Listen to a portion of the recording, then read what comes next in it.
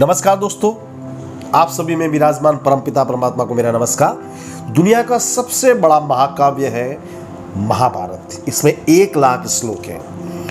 महाभारत के बारे में कहा जाता है कि दुनिया में ऐसी कोई भी चीज नहीं है जो महाभारत में नहीं है, और जो भी महाभारत में नहीं है वो कहीं भी नहीं हो सकता।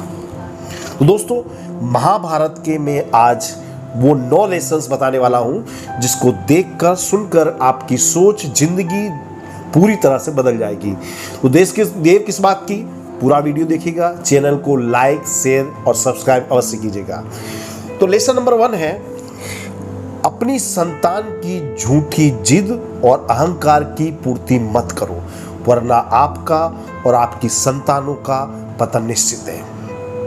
हर माता पिता अपनी संतान को चाहते हैं, वे अपने बच्चों की आवश्यकताओं को पूरा करने के लिए पूरे जीवन मेहनत और प्रार्थना करते हैं, परंतु जो माता पिता अंधे बनकर धृतराष्ट्र की तरह अपने बच्चों की अनुचित जिद को भी पूरा करते हैं, उनका पतन निश्चित है। धृतराष्ट्र अपनी आंखों नहीं बल्कि अपनी झूठे अहंकार और जिद के कारण अंधा हो गया है, और अंधे माता पिता की संतानें भी अंधी हो जाती हैं।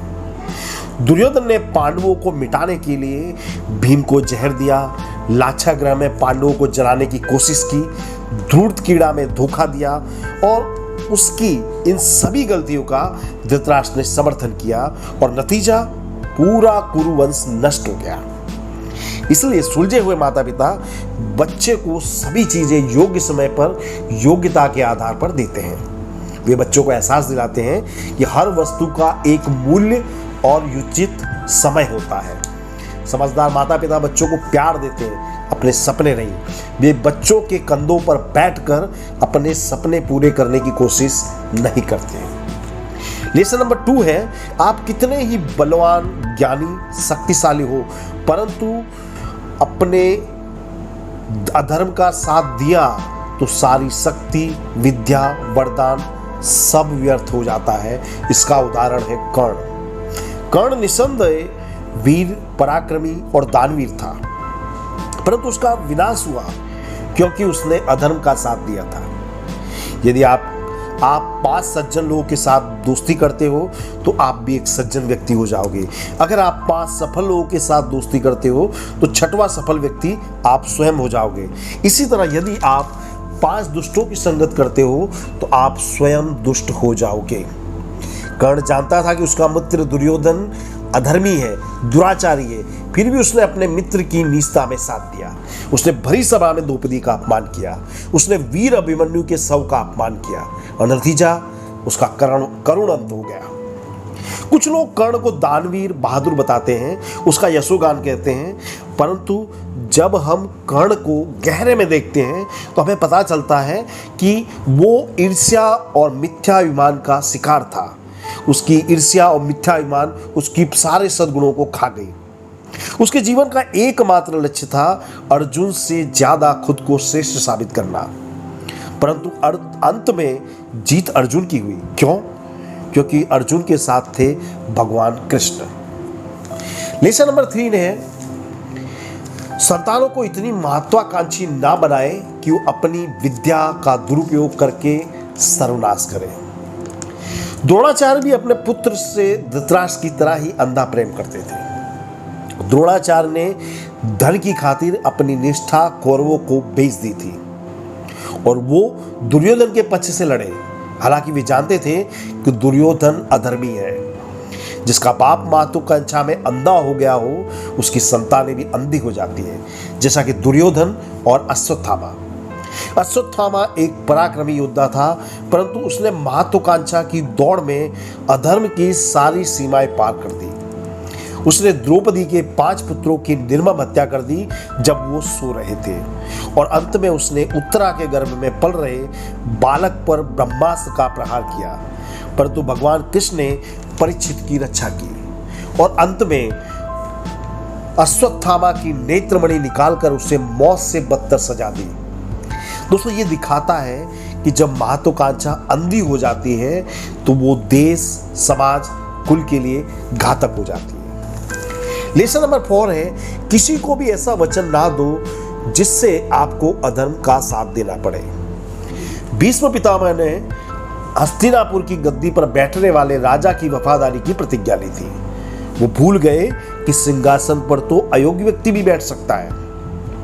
भीष्म पितामह की इस प्रतिज्ञा ने उन्हें निर्बल कायर बना दिया था। जब भरी सभा में द्रौपदी का अपमान हुआ तो उसे वे रोक सकते थे, परंतु उनकी प्रतिज्ञा ने उन्हें निर्बल बना दिया था और अंत में भीष्म पितामह को बाणों की सैया पर सोना पड़ा।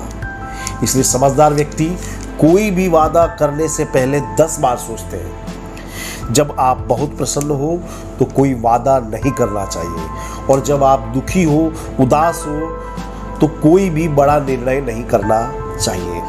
लेसन नंबर 5 है संपत्ति, शक्ति, सत्या, संख्या का दुरुपयोग और दुराचारी का साथ सर्वनाश की ओर ले जाता है। दुर्योधन को उसका अहंकार ले डूबा। कौरवों के पास 11 अक्षौहिणी सेना थी और पांडवों के पास मात्र 7 अक्षौहिणी सेनाएं थी। पांडवों के पक्ष में 2 ही विशेष पराक्रमी योद्धा थे, भीम और अर्जुन। भीम ने 99 कौरव पुत्रों को मारा था और अर्जुन ने कर्ण, द्रोणाचार्य, भीष्म पितामह जैसे पराक्रमी योद्धाओं को मारा था। दूसरी ओर पांडवों की सेना में था कर्ण, जो निसंदेह एक सर्वश्रेष्ठ धनुर्धर था। भीष्म पितामह जिन्हें इच्छा मृत्यु का वरदान प्राप्त था। द्रोणाचार्य के हाथ में धनुष हो तब तक उन्हें कोई नहीं हरा सकता था। अश्वत्थामा एक पराक्रमी योद्धा था, परंतु कौरवों की ओर से लड़ने वाले हर योद्धा का करुण अंत हुआ, क्योंकि उन्होंने स्वार्थवश, लालचवश दुर्योधन का साथ दिया था। दुर्योधन की सत्ता, शक्ति भी अंत में उसे बचा नहीं सकी। कुछ लोग कर्ण की मित्रता का उदाहरण देते हैं, पर मैं कहूंगा अच्छा मित्र वो होता है जो मित्र को पाप और अन्याय करने से रोकता है, ना कि मित्र का पाप करने में सहयोग देता है। लेसन नंबर 6 अंधे व्यक्ति अर्थात जो व्यक्ति अपने स्वार्थ, अहंकार, मोह में अंधा हो जाता है, उसे सत्ता नहीं सौंपनी चाहिए। धृतराष्ट्र को राजा नहीं बनाया गया क्योंकि वो शारीरिक रूप से अक्षम थे, परंतु पांडु की मृत्यु के बाद जब वो राजा बना तो वो अपने पुत्र मोह में, स्वार्थ में अंधा हो गया। उसने कदम कदम पर दुर्योधन के अन्याय का समर्थन किया। अंधे माता पिता की संतानें भी अंधी होती हैं। धृतराष्ट्र ने गीता में संजय से प्रश्न पूछा है, धर्म क्षेत्रे कुरुक्षेत्रे समवेता युयुस्सवा मामका पांडवाश्च इव किम कुर्वति संजय। अर्थात धर्म क्षेत्र कुरुक्षेत्र में युद्ध की इच्छा से एकत्र हुए मेरे और पांडु के पुत्र क्या कर रहे हैं? अगर धृतराष्ट्र ने कभी स्वयं से यह प्रश्न पूछा होता और उसने अपने और पांडु पुत्रों में भेद ना किया होता तो शायद महाभारत नहीं होता। इसी प्रकार भारत में भी कई राजनीतिक पक्ष हैं जिन्होंने अपने स्वार्थ की खातिर, परिवार की खातिर इस देश को बहुत ही हानि पहुंचाई है। लालू यादव, मुलायम सिंह यादव जैसे नेता हैं जो इस देश के लिए घातक है। लेसन नंबर 7 विद्या के साथ विवेक होना जरूरी है। हम सभी जानते हैं कि कर्ण अर्जुन से धनुर्विद्या में श्रेष्ठ था। दुर्योधन गदा युद्ध में भीम से बिल्कुल कम नहीं था। अश्वत्थामा भी पराक्रमी था, परंतु कर्ण, दुर्योधन, अश्वत्थामा का पतन हुआ क्योंकि उनमें विवेक नहीं था। दुर्योधन कदम कदम पर भीष्म पितामह और द्रोणाचार्य का अपमान करता था। कर्ण ने अपने गुरु को धोखा देकर ज्ञान प्राप्त किया था। कर्ण को शस्त्र का ज्ञान था पर विवेक नहीं।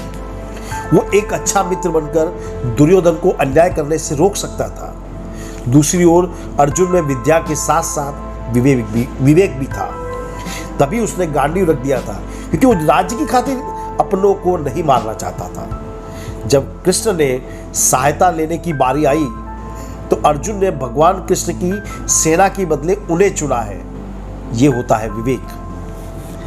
लेसन नंबर 8 आपके छल कपट से आप हमेशा जीतोगे, यह संभव नहीं है। शकुनी ने अपनी बहन, अपने पिता के अपमान का बदला लेने के लिए दुर्योधन को हथियार बनाया। शकुनी ने दुर्योधन के मन में जहर के बीज बोए। उसने पांडवों को हराने के लिए कदम कदम पर छल कपट का सहारा लिया।